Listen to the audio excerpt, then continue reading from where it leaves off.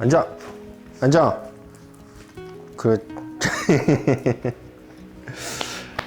안녕하세요. 인조이 필리핀입니다. 지난 영상에 제가 필리핀의 2023년 장점 이런 거 한번 올렸어요.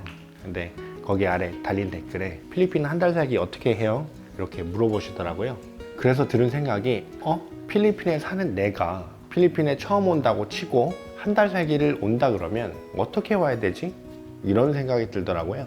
그래서 이번 영상은 필리핀 100만 원으로 한 달 살기 어떻게 하는지 좀 말씀을 드려보려고 해요.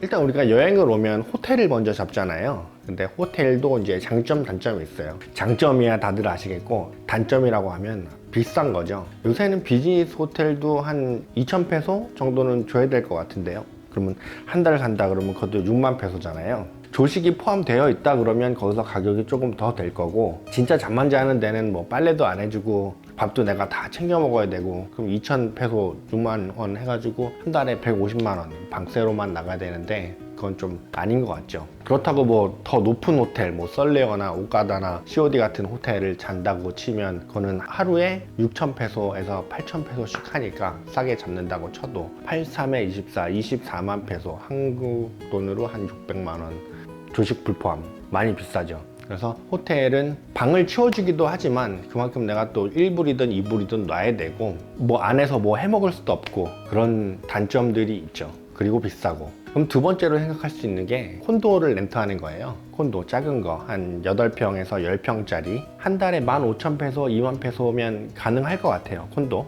하지만 거기도 마찬가지로 내가 뭐 해먹을 수 있는 데 없고, 풀 퍼니처에 베드 시트랑 침대 요랑 이불이랑 베개랑 이런 게 다 있으면 좋은데 없는 데가 많아요. 그냥 베어 유닛으로 15,000페소, 2만 페소, 풀 퍼니처라고 하더라도 뭐 전자레인지, 세탁기, 냉장고 이렇게나 있지, 그런 내가 정말 직접적으로 필요한 것들은 안 가지고 있는 경우가 많거든요. 그게 15,000, 2만 페소. 한 달에 45,000페소, 6만 페소를 지불하고 방을 얻는다고 해도 그 외에 다른 것들을 더 주치를 해야 하기 때문에 100만 원이 넘어가죠. 세 번째는 이제 에어비앤비예요. 에어비앤비 같은 경우에는 보통 이제 식기 도구나 그 조리할 수 있는 도구들이 다 있기는 해요. 근데 요새 에어비앤비도 하루에 1,500페소 싸면 좀 괜찮다 치면 2,000페소. 근데 에어비앤비가 서비스 차지하고 뭐 클리닝 피하고 이렇게 붙어요. 최종으로 결제를 하면. 그럼 나중엔 또 이제 배보다 배꼽이 더 커지는 거죠. 그래서 에어비앤비도 비추. 그럼 뭘 어떻게 자야 되냐? 뭘 어떻게 한 달 동안 있어야 되냐? 제가 드리고 싶은 말씀은 이거예요. 아내가 오늘 여기를 이렇게 깔끔하게 정리를 해놨더라고요. 그래서 여기에서 한번 찍어 볼게요. 제가 말씀드리고 싶은 거는 하숙집이에요. 하숙집. 뭐 대학교 다닐 때나 지방으로 가면 그렇게 있는 하숙집 그거 맞고요. 여기도 동네마다 하숙집이 있어요. 하숙집이 있는데 하숙집에서 뭘 해주냐? 일단 하숙집 요금부터 말씀을 드리면, 잠만 자는 거는 15,000페소에서 2만 페소 정도 해요. 화장실 딸린 방이. 그러니까 하숙집이 있는데 방이 7개가 있는 하숙집이다 라고 치면 그 방 7개마다 화장실이 다 따로 있어요. 뭐 없는 공용방은 더 쌀 거고요. 그래서 잠자는 데는 15,000페소, 2만 페소 이 정도 할 거예요. 그리고 하숙집은 뭐가 좋냐? 거기다가 금액을 추가를 하면, 제가 알기로는 4만 페소라고 알고 있거든요. 요 며칠 전에 여기 하숙집 3년 동안 사신 분한테 하숙집 얼마입니까? 이러고 물어보니까 내가 4만 페소 말씀을 하시더라고요. 그래서 4만 페소, 아침 식사, 저녁 식사 포함 4만 페소, 100만 원 정도 되는 거죠. 아침 저녁 주고 재워주고 100만 원. 하숙집이 좋은 게 또 뭐냐? 그 식기 도구가 다 있잖아요. 전자레인지라든지 냉장고라든지. 그래서 편의점에서 물건 사와가지고 냉장고에 넣어놓으면 되고, 그다음에 내가 라면 먹고 싶다? 라면을 항상 배치해 놓는 하숙집도 있지만, 뭐 내가 라면 먹고 싶은 거 사다가 뭐 저녁 몇 시든 끓여 먹어도 되고, 뭐 호텔은 당연히 인터넷이 있지만 에어비앤비나 콘도는 인터넷이 없는 경우가 많아요. 근데 여기는 내가 인터넷도 달려 있으니까 인터넷 그냥 가져다가 쓰면 되고, 수도세, 전기세 또 따로 안 내잖아요, 하숙집은. 그런 점들이 좋죠. 게다가 한국에서 혼자 오셨어요. 저는 지금 가족 단위로 온 거를 말씀드리는 게 아니에요. 한국에서 혼자 오셨을 때 뭔가를 물어봐야 되잖아요. 근데 하숙집은 고수들이 자칭 고수, 이렇게 말하면 좀 그런데 자칭 고수들이 많이 살아요. 그래서 뭔가를 물어보면 정보가 술술술술술 나오죠. 그리고 하숙집이 또 좋은 게 뭐냐면 옆방에 아가씨가 있어요. 그러면 그 아가씨한테 저기요 혹시 냉장고에 김치가 떨어진 것 같은데 김치 좀 사드릴까요? 하면서 또 친해질 수도 있는 거고. 죄송합니다. 그리고 하숙집이 또 좋은 게 뭐가 있냐, 빨래를 해줘요. 하숙집에는 아떼가 있기 때문에 빨래를 문 앞에 바구니에다가 놓고 나가면 아떼가 그 다음날이나 그 다다음 날 빨래를 해다가 거기다가 차곡차곡 갖다 주죠. 하숙집은 이런 좋은 점들이 있을 것 같아요. 재워주고 먹여주고 빨래해주고 그 다음에 그 아떼한테 청소해달라 그러면 청소까지 해줘요. 그럼 그 하숙집에 단점도 있을 거 아니에요. 네, 단점이 있어요. 단점이 많아요. 첫 번째로는 도난 사고가 좀 자주 일어나요. 이게 한 집에 여러 사람이 살다 보니까 적게 살 때는 관계가 없는데 많이 살면 냉장고에 내가 뭘 넣어놓잖아요. 그럼 없어져요. 내가 라면 먹으려고 뭐 올려놓잖아요. 그것도 없어지고 방 안에 있는 것도 없어져요. 이게 문을 잠그고 다니는 하숙집이 있고 청소를 해야 되기 때문에 문을 못 잠그는 하숙집이 있단 말이에요. 근데 문 못 잠그는 하숙집 같은 경우에는 좀 도난 사고가 빈번하죠. 그리고 프라이버시가 좀 없는 편이에요. 옆방하고 바로 이어져 있기 때문에 옆방에서 하는 소리가 다 들려요. 그러니까 말하는 소리가. 네.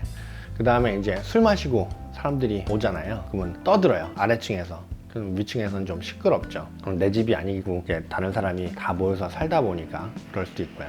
그 다음에 또 싸움도 나요. 하숙집에서 이제 사람들이 좀 뭐랄까 의견이 안 맞잖아요. 싸움이 나기도 해요. 그래서 경찰 와서 막 부르고 나는 건드리지도 않았는데 트러블에 휘말리는 경우도 있죠. 그리고 운이 좋으면 이건 거의 대부분일 거야. 아무래도 한국 있다가 왔으니까 돈이 좀 있을 거 아니에요. 돈 있는 척을 하면 이제 사기꾼이 좀 붙죠.